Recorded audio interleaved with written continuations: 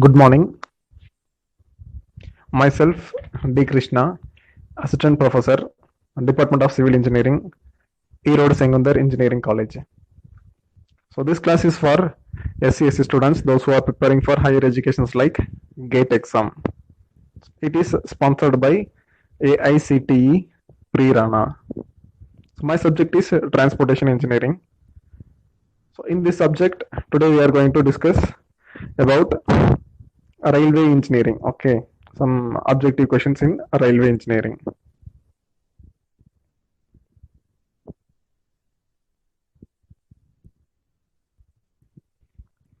Okay, so when did ICF manufactures first indigenous rail compartment?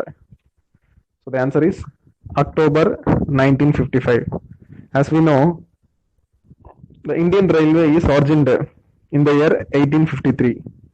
We know that Lord Dalhousie is the father of our Indian Railway. Since 1853 to 1955, we brought all the engines and the components from different parts of the world. Okay, we are not manufactured by our own self. Once the ICF, integrated coach factory, okay, once the ICF is installed, after that only we produced our own railway components and the railways.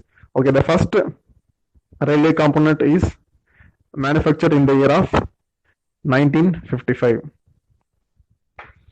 So when did the first telephone service, STD-IST, in Mumbai, New Delhi is began?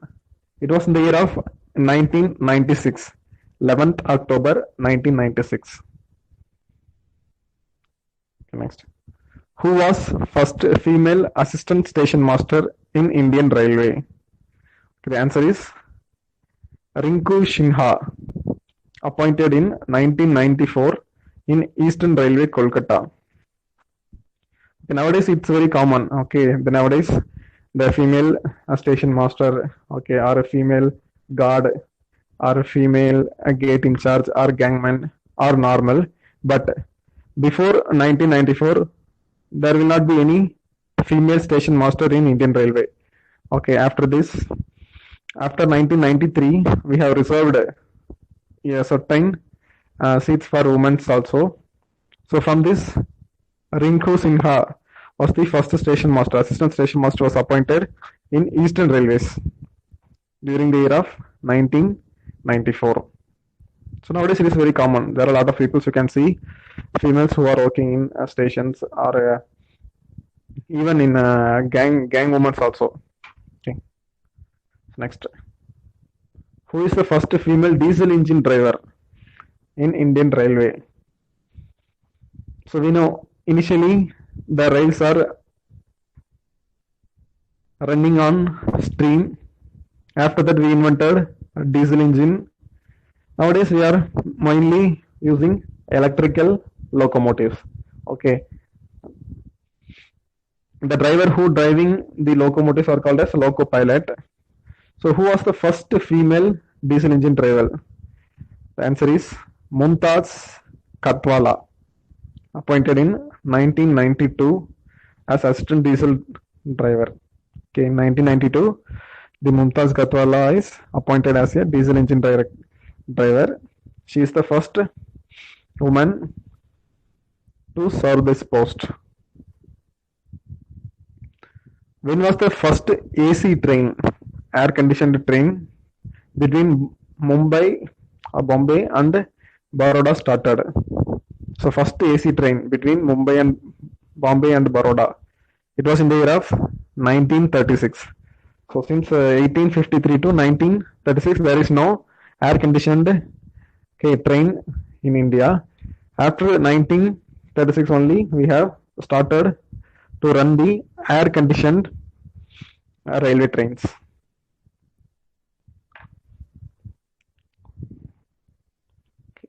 So name the first railway tunnel of Indian Railway. So we have lot of tunnels nowadays.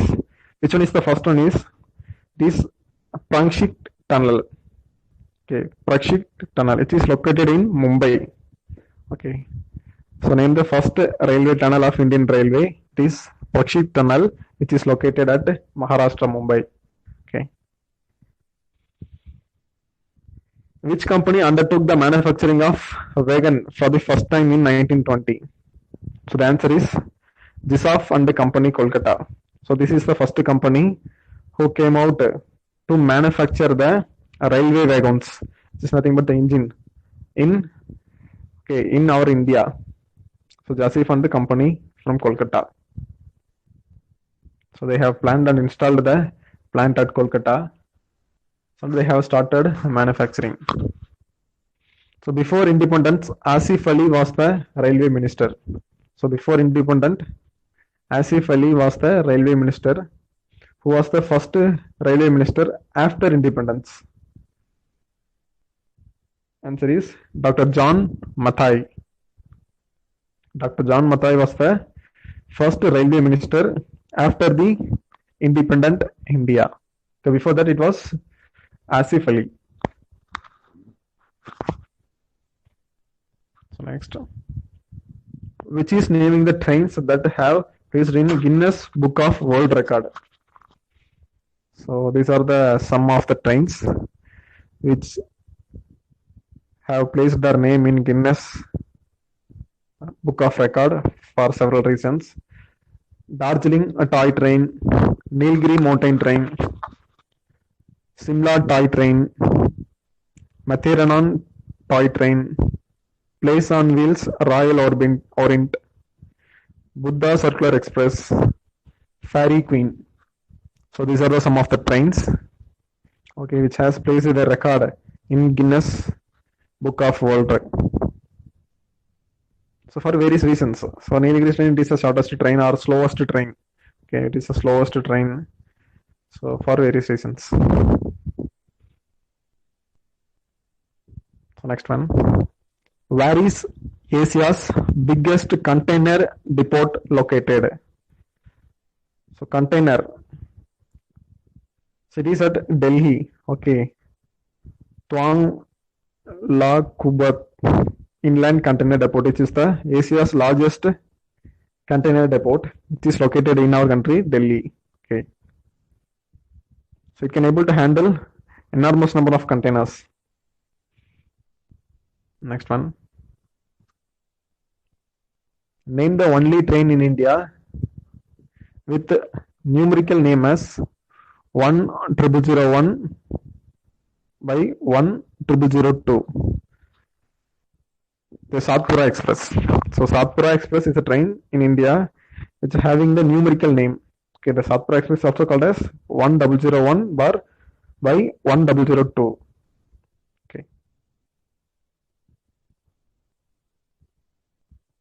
Next one. Which is the longest train in India? So the train having 26 coaches which runs between New Delhi to Allahabad. The name is Prayagraj. Prayagraj Express. So Prayagraj Express is the longest train which having 26 coaches which runs between New Delhi to Allahabad. So that is the longest train in India. So which means passenger, not goods or commercial. So generally the commercial having 50, 60 normally. So the passenger containers, the passenger train, 26 coaches, Prayagraj Express. The question came, which is the slowest train in India? As I mentioned earlier, the Nilgiris Express, which runs in Otakam. In Ooty we are having that railway line now. So that is a train which is very, very slow moving train in India. So Nilgiri Express. So Nilgiri Express is the train, the slowest train in India. Next one. Which is the highest railway station in India? Highest in the sense elevation. Highest from mean sea level. Which one is located at very high elevation? Which railway station is located at very high elevation in India? So it is Siminglugar. 996.08 meter from sea level. Voltaic division of South Eastern Railway. Simingluda. So that is the railway station. In India, we are having at a very highest elevation, which is almost 1,000 meter, 1 kilometer from mean sea level. Okay, it was located 1 kilometer height from sea level. Next, which is the highest river bridge manufactured under Konkan Railway? Which is the highest river bridge manufactured under Konkan Railway? Okay, Konkan Rail under Konkan Railway. Panwal River Rail Bridge.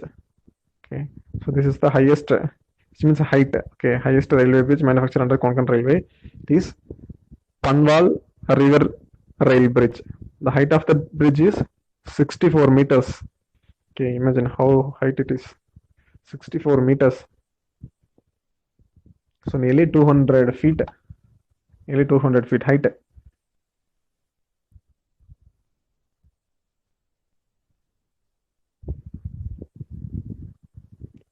Next one. So which railway division has the maximum number of tunnels? So normally we know our Indian railway is divided into 17 zones. Okay, 17 zones. So in Tamil Nadu, which comes under southern zone. Okay, so Tamil Nadu, we are on southern railways.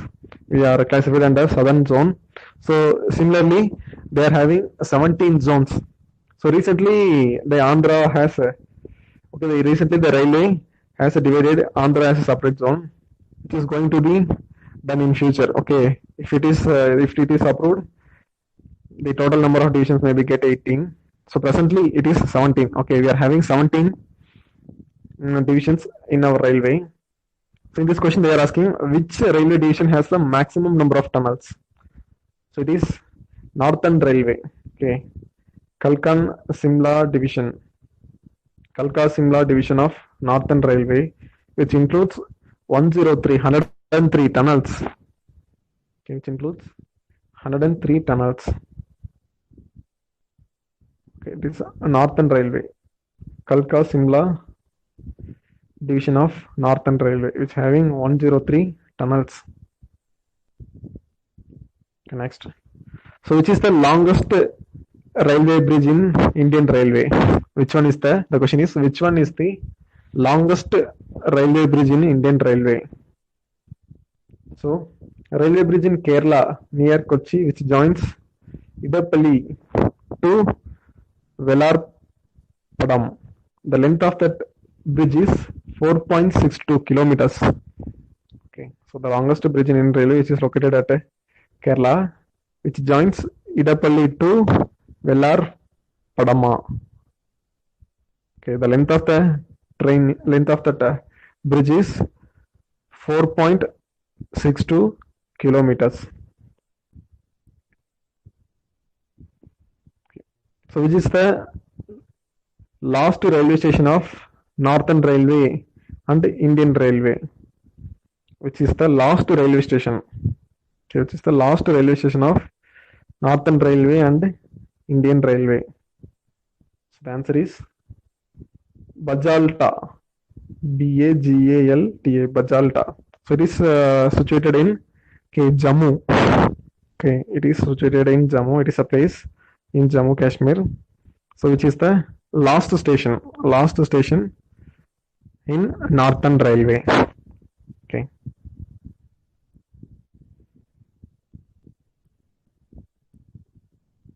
Next question. So which Indian state has maximum railroads? Which Indian state has maximum railroad? So the answer is Uttar Pradesh. So we can guess it because Uttar Pradesh is the highest population state in India. Also, the topography is very high. The land area is also it's a very big state. So obviously, it will have the maximum railroad. Okay. So in India, the maximum rail routes in terms of length. Okay, in terms of length, the maximum rail route is situated in Uttar Pradesh.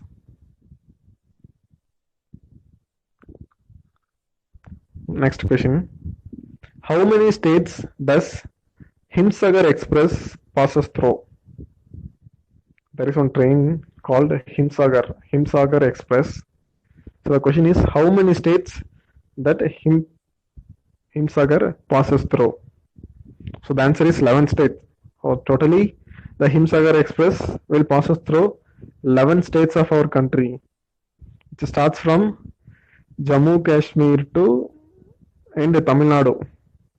Okay, so the states are Jammu and Kashmir, Punjab, Haryana, Delhi, Uttar Pradesh, Rajasthan, Madhya Pradesh, Andhra Pradesh, Tamil Nadu, Karnataka, and Kerala. So from the origin to destination, from Jammu Kashmir to Tamil Nadu, the Himsagar Express is going. Totally, it covers 11 states in India. Okay, so the train which connects 11 states of India is Himsagar Express.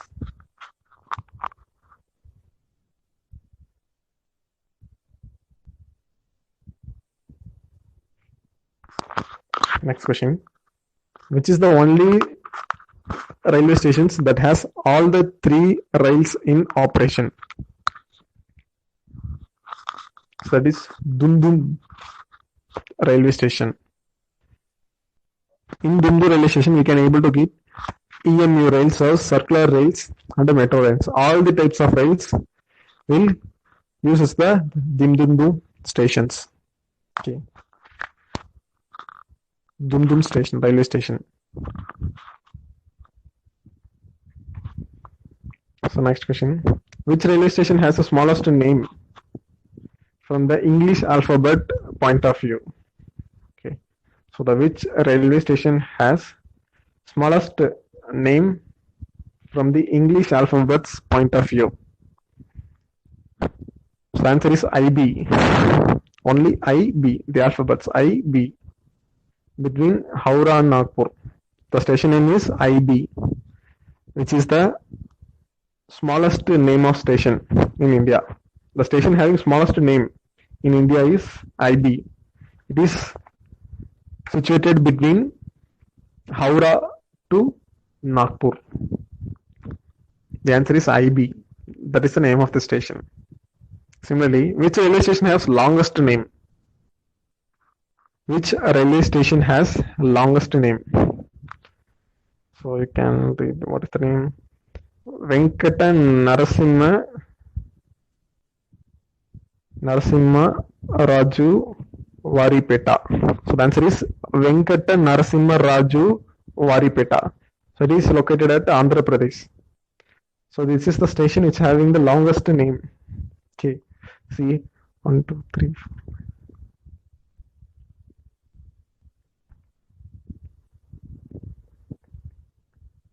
27 letters. Okay, 27 letters of alphabets. Which is located in the name. Venkata Narasimha Raju Varipeta.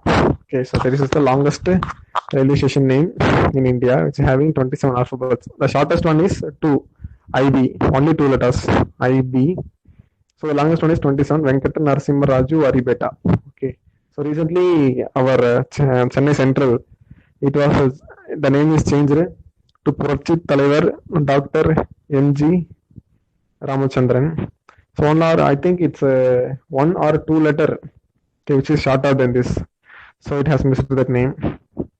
Okay, still in India, the longest railway station name is Venkata Narasimha Raju Varipeta, which is located in Andhra Pradesh. Okay. Next question. The numeral name of all the superfast express trains starts with number 1. Okay. The numeral name of all the superfast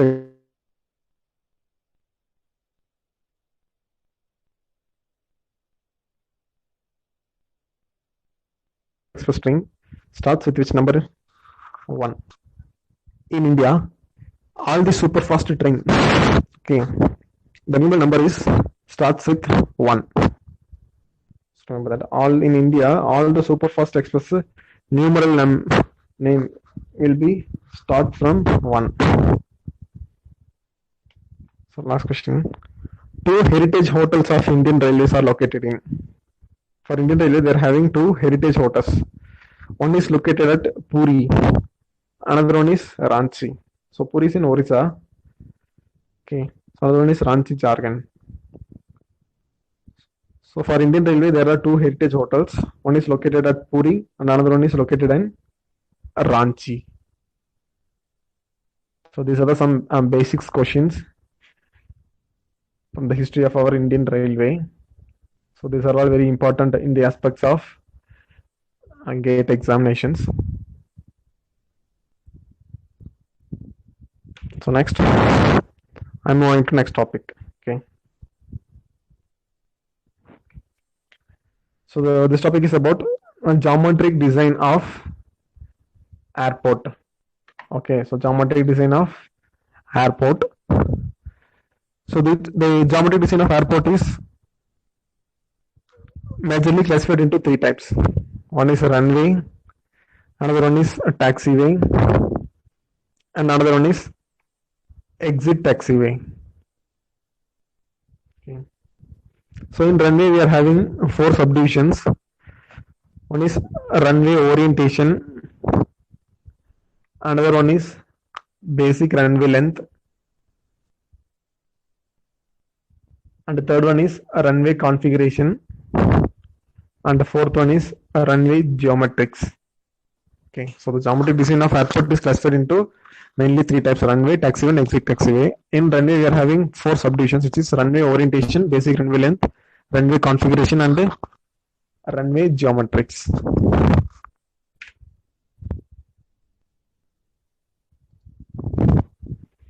So runway. So as we know, runway is a rectangular area on the airport surface. So runway is the rectangular area on the airport surface. It is on the surface, not in air or something. Okay, so it is on surface, prepared for the takeoff and landing of aircrafts. So why it is prepared is, it is mainly prepared to takeoff and landing operation of our aircrafts. Okay. An airport may have one runway or several runway, which are sited, oriented, and configured in the manner to provide for a safe and effective uses of airport under a variety of conditions. Okay. So an airport have minimum it should have one runway, maximum it can have several runways. Okay, depend upon the need or requirement. Okay, so how it has to be oriented or located means it has to provide safe and effective use of airport under different conditions. Okay, so that's how we have to place or orient the runway. Several of the factors which affect the location, orientation, and the number of runway at the airport include local weather conditions, particularly wind distributions, and the visibility, the topography of the airport and the surrounding area, the type and amount of air traffic to be served at the airport, aircraft performance requirements, and aircraft noise. So these are the different parameters which affect the runway types, classifications, and orientations. Next one, runway orientation. So runway are always oriented in the direction of prevailing winds. Okay, so always we have to orient our runway in the direction of prevailing winds. The prevailing winds majority. So, okay, the wind in all the times, or wind through longer duration. So that is called prevailing. Okay, so we have to always orient our runway in the direction of the prevailing wind.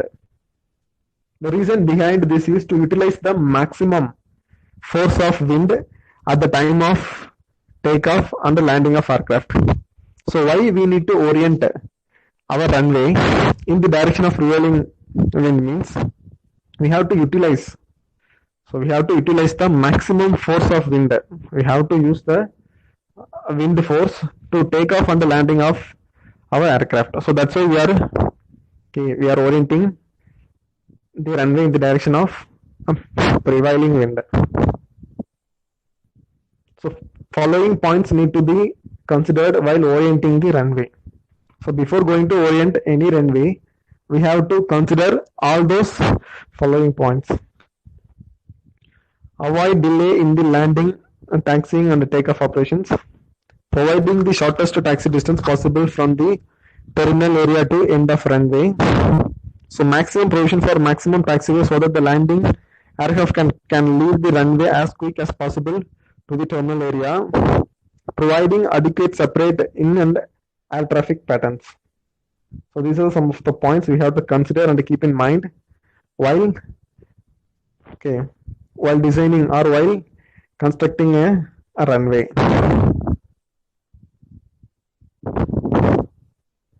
So data required for runway orientation. So before going to orient any runway, we need to do a survey and we need to have the following data. First one, map of area and the contour. So the map of that particular area where you are going to construct your airport. So the map of that area and the contour of the particular place. Next one, wind data. So in the wind data, we need wind directions. So direction of tailwind, crosswind, headwind. So already we know the wind is mainly classified into three types. One is headwind, another one is tailwind, and the remaining one is crosswind. So we know that headwind, tailwind are useful wind, and the crosswind is always a destructive force. Okay. So third one we need to have is fog characters. Okay, what type of area is it? Cold or hot weather place? If there is cold, is there is any possibilities of fog? If there is fog, what is the intensity and what is the duration? All those need to be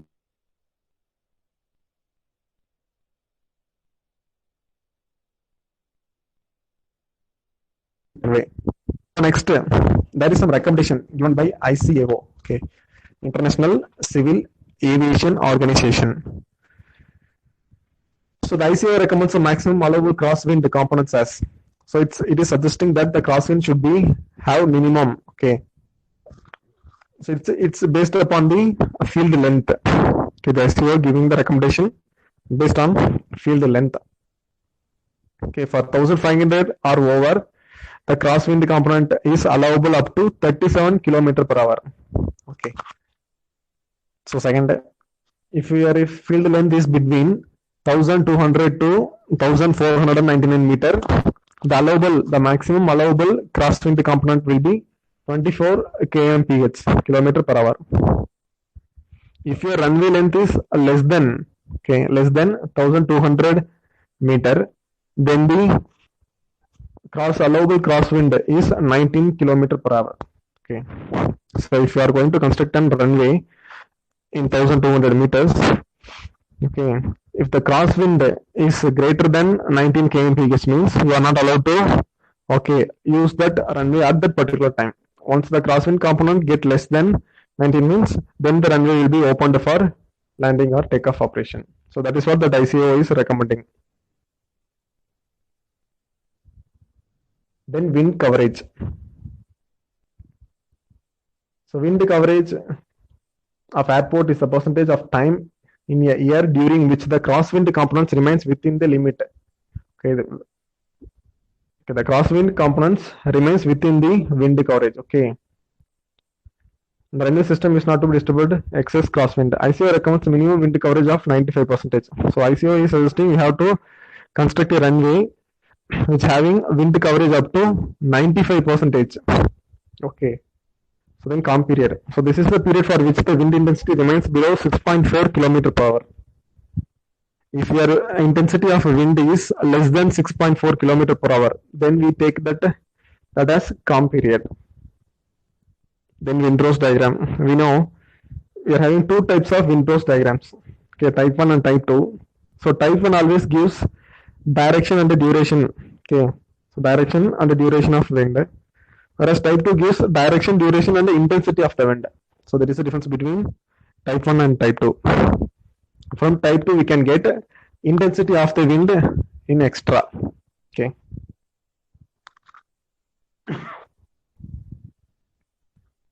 So basic runway length. The FAA, Federal Aviation Agencies, procedure for estimating runway length is based on the following data. Okay. For designation of critical aircraft, the maximum takeoff weight of the aircraft at the airport elevation, the mean daily maximum temperature of hottest month at the airport, the maximum difference in elevation along the runway center line.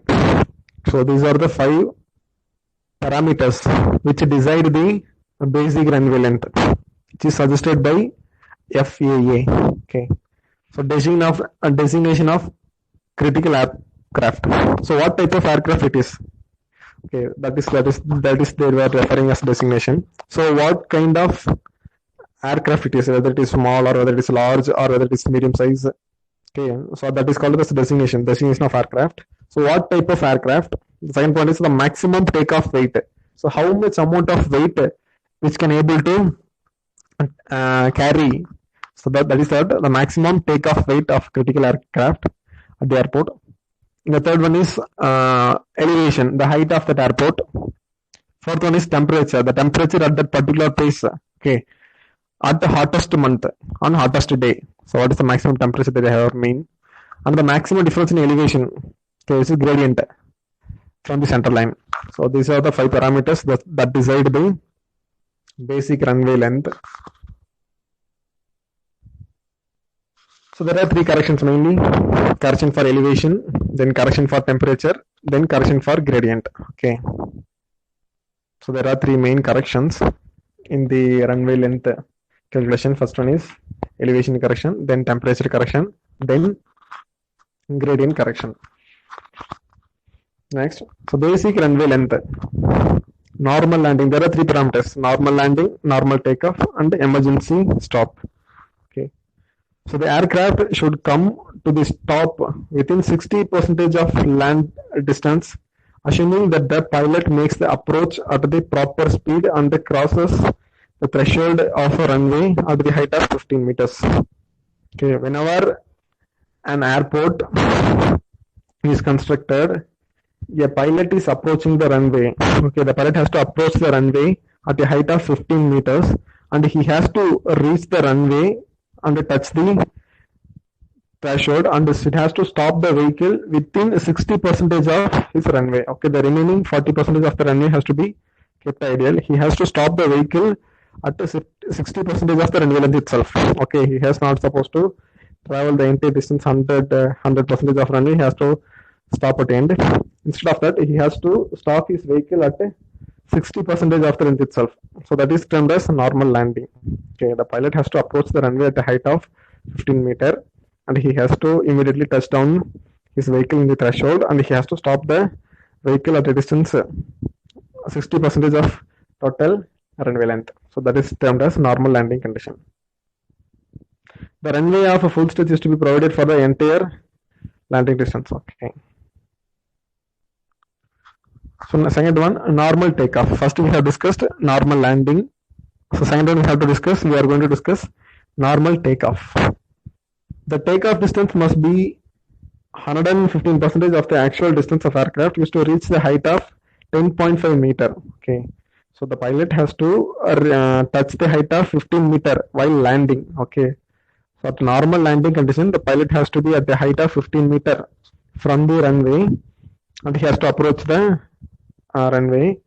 While takeoff, he has to reach the height of 10.5 meter.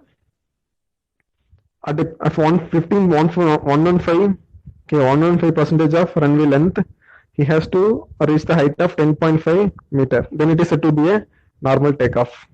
Okay. So in 115% of the runway length, the pilot has to reach the height of 10.5 meter from the runway.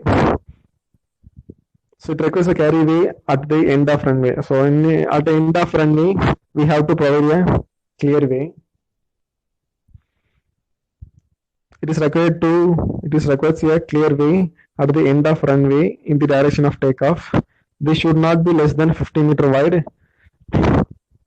The upward slope of clear way from the end of the runway shall not exceed 1.25%. Okay. So this is the normal takeoff case. So emergency stopping. There are 3 conditions as I said earlier. One is normal takeoff, normal landing, and one is emergency stopping. So require either clear way or stop way or both. Stop way used to decelerating the aircraft and bringing it to stop duration at about the takeoff. So if there is any emergency, in aircraft or engine failure conditions, we have to stop the vehicle at a safely. So in order to that, we have to provide a emergency stopping area. So that is called as clear way or stop way. So that will be provided at the end of runway. And these are some runway configurations. Okay. So single runway, parallel runway, intersecting runway, open V runway. Okay. So this one is a single runway. This one is a parallel runway. So these are the examples of intersecting runway. So these two are example for open V runway. Okay. So these are the different patterns. So these are the basic patterns of runway.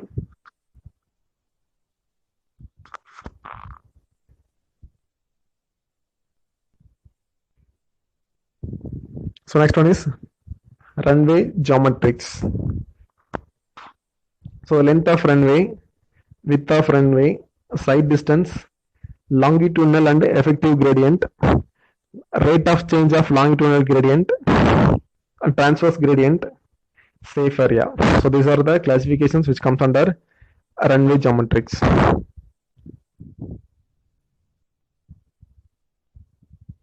So length and width of runway. Classifications of airport as per ICAO. So ICAO stands for International Civil Aviation Organizations. So the International Civil Aviation Organizations classifying the airport in the name of A, B, C, D, E. Okay, the airports are classified in the name of A, B, C, D, E based on basic runway length, width and gradient. Okay. So the airport type A, which is the superior one, and the airport type E is the least in this order. So the airport type A, which having a maximum or minimum runway length is 2100 meter. If an airport has to be classified under type A, means it has to have minimum 2100 meter runway. Okay, so then only it is to be an airport type A, and the width must be 45 meter, and the gradient should not exceed 1.5%. Okay, so airport type B. So between 2099 to 1500. If your airport length is between 2099 to 1500, and the width must be width of runway. Okay, runway width 45, and the gradient should not exceed 1.5 meters, then it comes under the classification B, airport type B. Airport type C contains the runway length minimum 900 meters, so maximum 1499. Okay, if your runway length is lies between 1499 to 900, and the width of runway is 30 meter, and the gradient is 1.5, then it comes under type C. Then D. For type D, the maximum runway length is 899. Okay, the minimum is 750 meters, and width is 22.5, and the gradient slope maximum allowed is 2%. And final one E. 749 meter maximum runway length, minimum 600 meter, and the width is 18 meter and 2. So it is suitable for a small type of aircraft. Okay, the airport type E is suitable for small type of aircrafts only. It is not suitable for the largest domestic planes. It will be suitable for, or it will be used for security reasons. Okay, for aircraft or naval purpose, they have used this kind of airport. So these are the basic classifications of runway suggested by ICAO based upon runway length, width and the gradient. So side distance. So the side distance is a very basic parameter from the perspective of pilot. Okay, so no side distance restrictions. We not restricted any type of side distance. Okay, so the longitudinal gradient from the runway are less. So airport category ICAO code A. So the side distance must be 1.5. For B 2.1. For C, D, and E, 3. So that is a sight distance.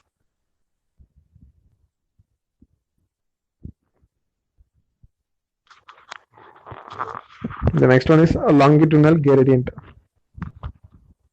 The longitudinal gradient increases in the required runway length. It is also affect the aircraft performance. And they should be as flat as possible to avoid excessive engine thrust. Okay, the longitudinal gradient should be allowed as minimum as possible in order to avoid the excessive engine thrust.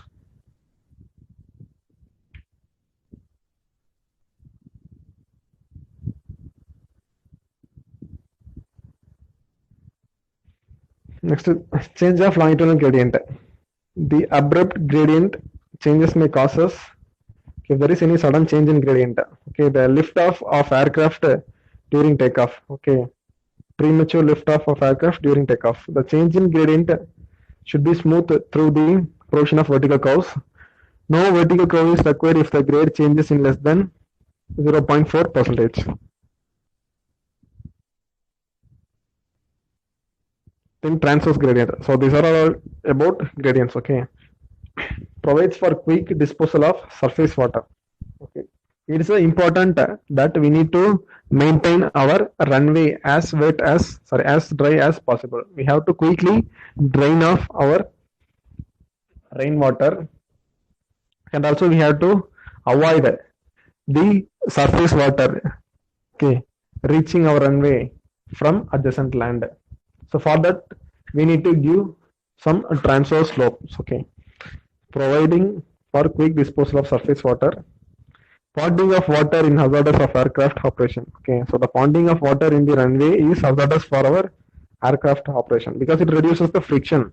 Once the friction get reduced, means it is very difficult to take off or landing the vehicle within the designed length. Okay, so we need to avoid the ponding of water at any chance in the runway. So minimum recommended transfer slope is 1%. For rigid pavement, it may be low as 0.5. So slope up to 2% is permitted for runway for several smaller classes of aircraft. For other runway, maximum transfer slope is 1.5. For small types of aircraft, it is permitted up to 2%. The shoulder slope should be 3 to 5% is recommended.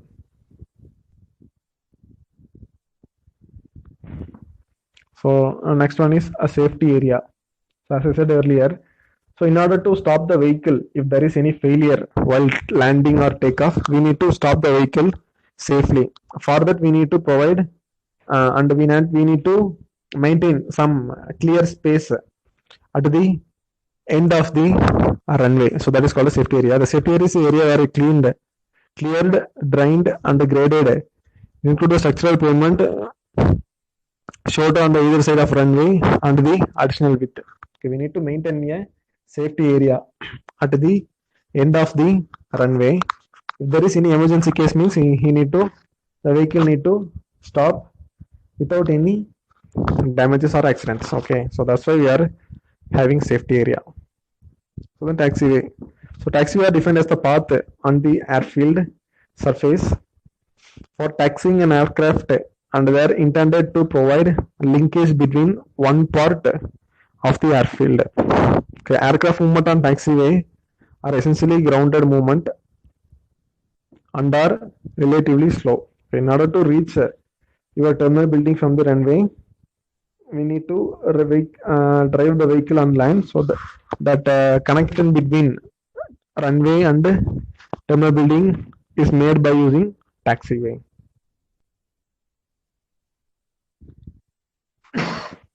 So apron taxiway, there are different types of taxiways. Apron taxiway, dual panel taxiway, and terminal taxiway. Located on the periphery of an airport to provide uninterrupted taxiing of aircraft across the apron. Dual parallel taxiway. Two parallel taxiways on which aircraft can taxi in opposite direction. Terminal taxiway. In this portion of aprons, intended to provide access to only aircraft stand on gate positions.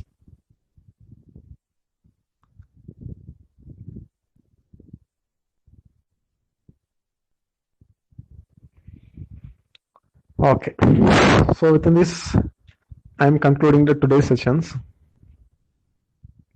So, okay, so far what we have discussed is we discussed some objective type questions in basics of railway engineering, and we have start